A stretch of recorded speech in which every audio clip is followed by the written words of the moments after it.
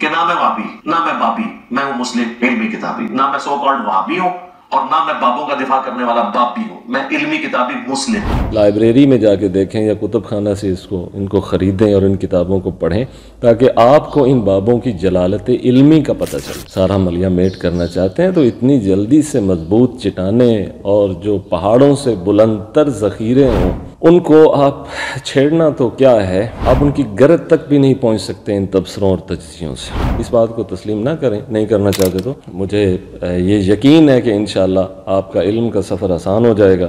اور آپ کے لیے یہ جو علمی کتابی ہونے کے یہ جتنے مدعی ہیں یہ سمجھ آ جائے گی کہ ان کے پاس کیا ہے۔ لیکن پھر وہ بات دہراتا ہوں کہ کچھ کہوں تو کہا نہیں جاتا، نہ کہوں تو رہا نہیں جاتا۔ میں آپ کے لیے ایک نسخہ کیمیا تجویز کر دیتا ہوں، آپ اس پہ عمل کریں اور اسے استعمال کریں۔ اس کی برکت سے انشاءاللہ آپ کی مستقلاً جان چھوٹ جائے گی ان تمام علمی کتابی ہونے کے جھوٹے دعوے داروں سے،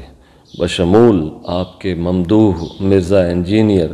اور اس مشرب اور مزاج کے ان سب ناقدین سے اور ان سب تبصرہ و تجزیہ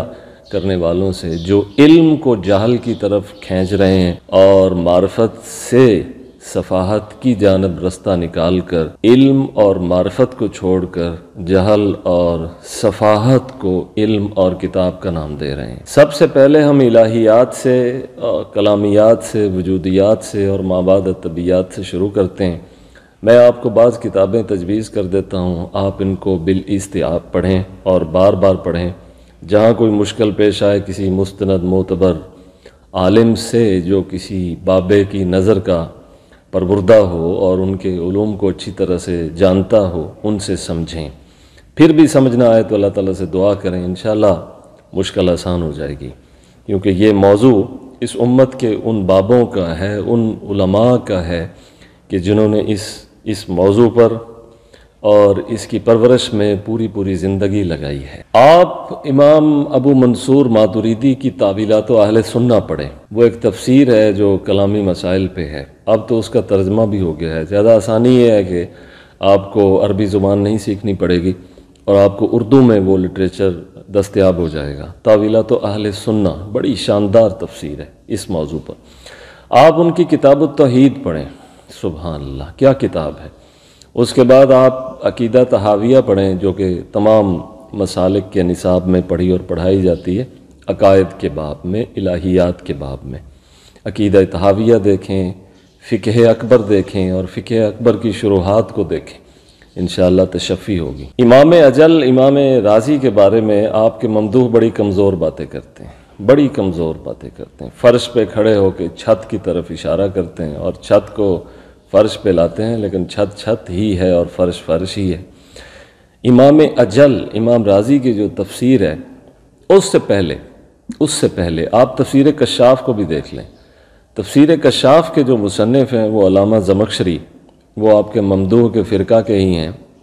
لیکن میں وہ بھی تجویز کر دیتا ہوں تاکہ رازی کی تفسیر سمجھنی آپ کے لیے آسان ہو جائے، کیونکہ کشاف میں جو کچھ لکھا ہے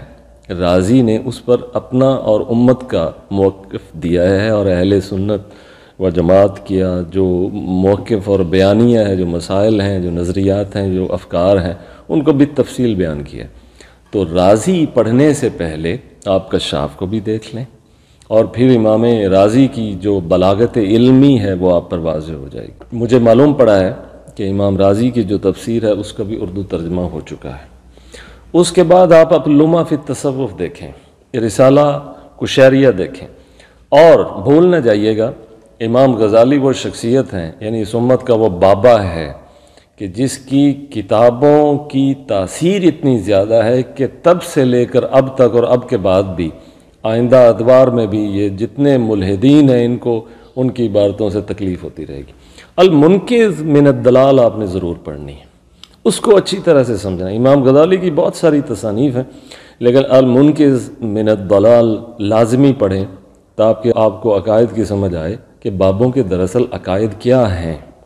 کیا ان کے نظریات ہیں، کیا ان کی فکری سطح ہے اور کیا ان کی ذہنی اپروچ ہے۔ اس کے بعد امام غزالی کا تحافہ آپ نے لازمی پڑھنی، اس سے آپ کو فلسفیانہ افکار کی سمجھ آ جائے گی اس سے آپ کو منطقی اسلوب اور منہج کا بھی پتہ چلے گا، قدیم فلاسفہ کے نظریات بھی معلوم ہوں گے، اور اسلام کا جو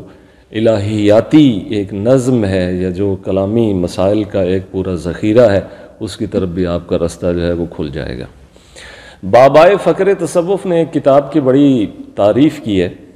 حضرت بابا فرید نے اپنے خلیفہ خواجہ نظام کو یہ نصیحت وصیت بھی فرمائی کہ اس کتاب کو ہمیشہ اپنے پاس رکھو۔ اس کتاب کا نام ہے التمہید فی التوحید للمہتدی، اور امام ابو شکور سالمی کی وہ تصنیف، وہ آپ پڑھیں۔ اس کے اندر عقل کے موضوع پہ بڑے ابواب ہیں، میں نے بھی ان میں سے بہت ساری چیزوں کو بالاستیاب دیکھا، اور پھر اس پر میرے ریکارڈڈ لیکچرز بھی ہیں۔ التمہید للمہتدی آپ نے ضرور پڑھنی، اس سے آپ کو پتہ چلے گا کہ جو قدیم ہمارے عہد ہیں یا جو پرانے ادوار ہیں، جو سلف صالحین ہیں،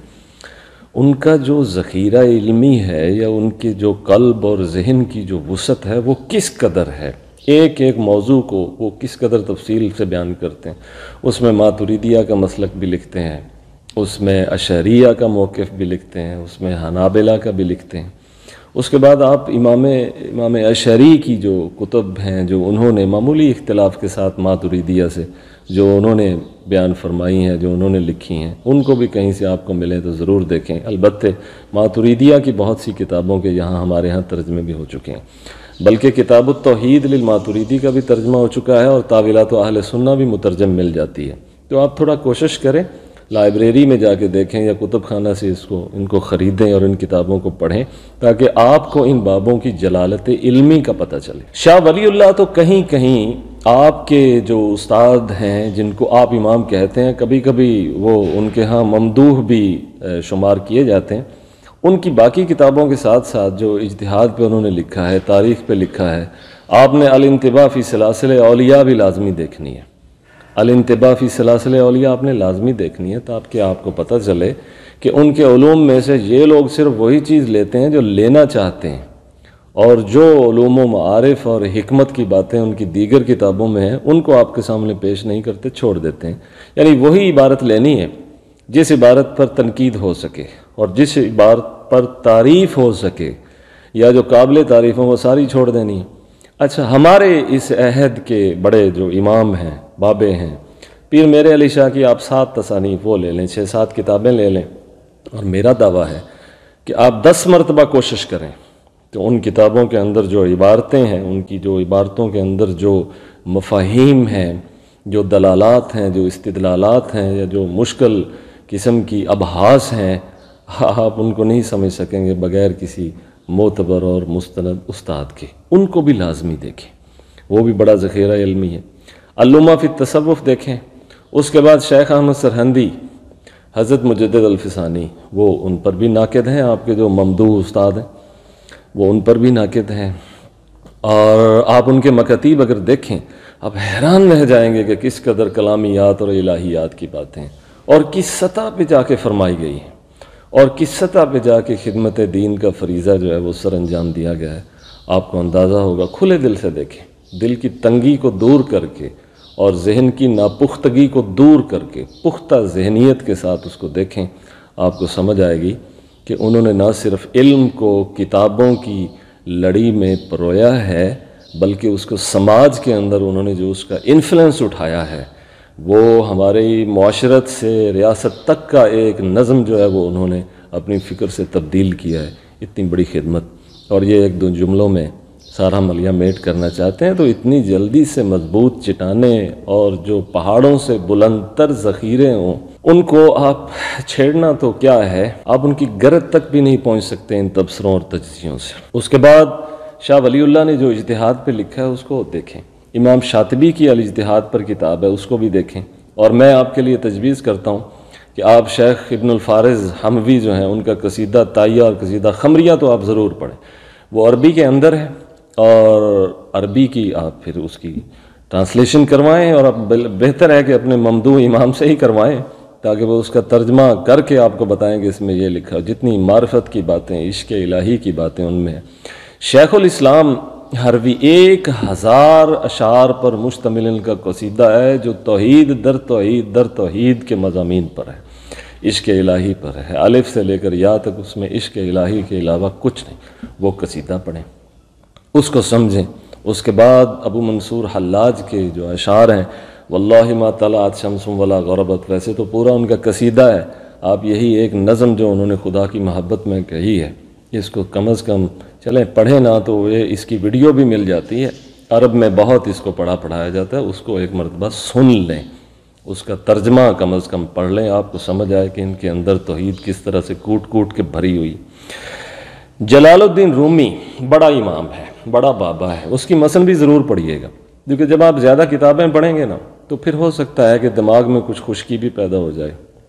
کیونکہ ہمارا جو زمینی مسئلہ ہے وہ ایک یہ مسئلہ بھی ہے ہمارے زمینی اور معروضی مسائل میں سے، کہ ہم جب علم کی طرف آتے ہیں نا تو ہمیشہ ناقدانہ فکر سے آتے ہیں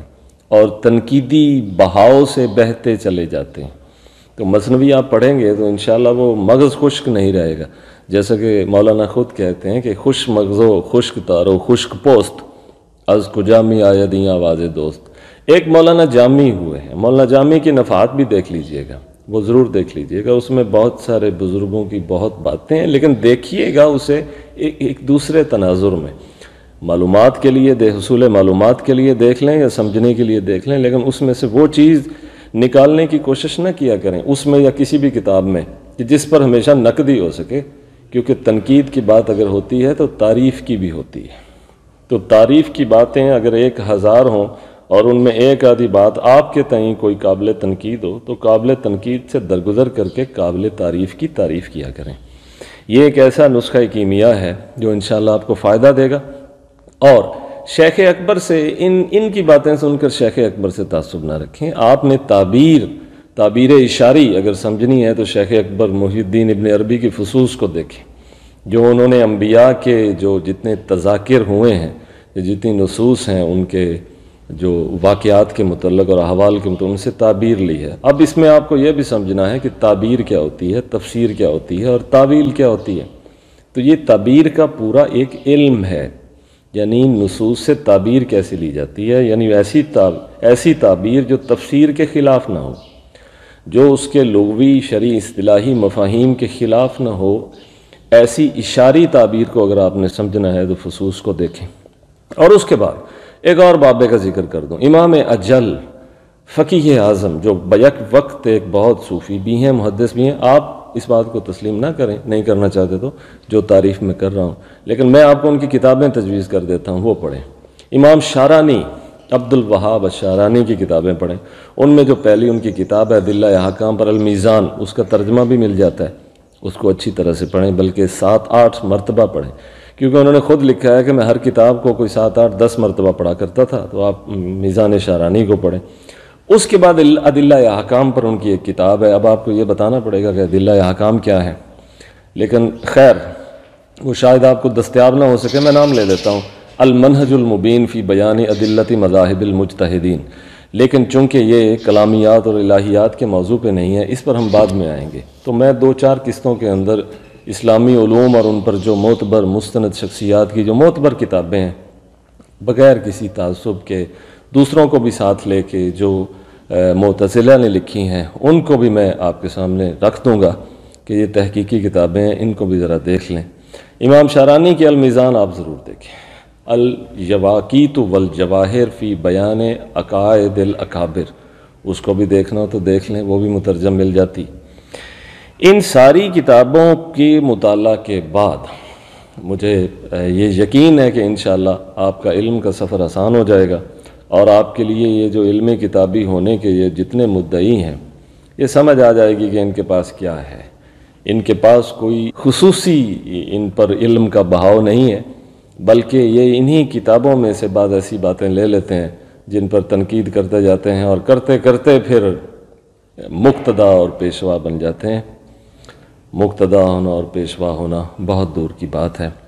میں شاید یہ بات نہ کرتا، لیکن پھر وہ بات دہراتا ہوں کہ کچھ کہوں تو کہا نہیں جاتا، نہ کہوں تو رہا نہیں جاتا۔ آپ توجہ کریں، اس نسخہ کیمیا پہ عمل کریں، انشاءاللہ اس کے بعد ہم مل بیٹھ کے تول لیں گے کہ مرزا کہاں کھڑا ہے اور انجینئر کی جو علمی حیثیت ہے وہ کیا ہے۔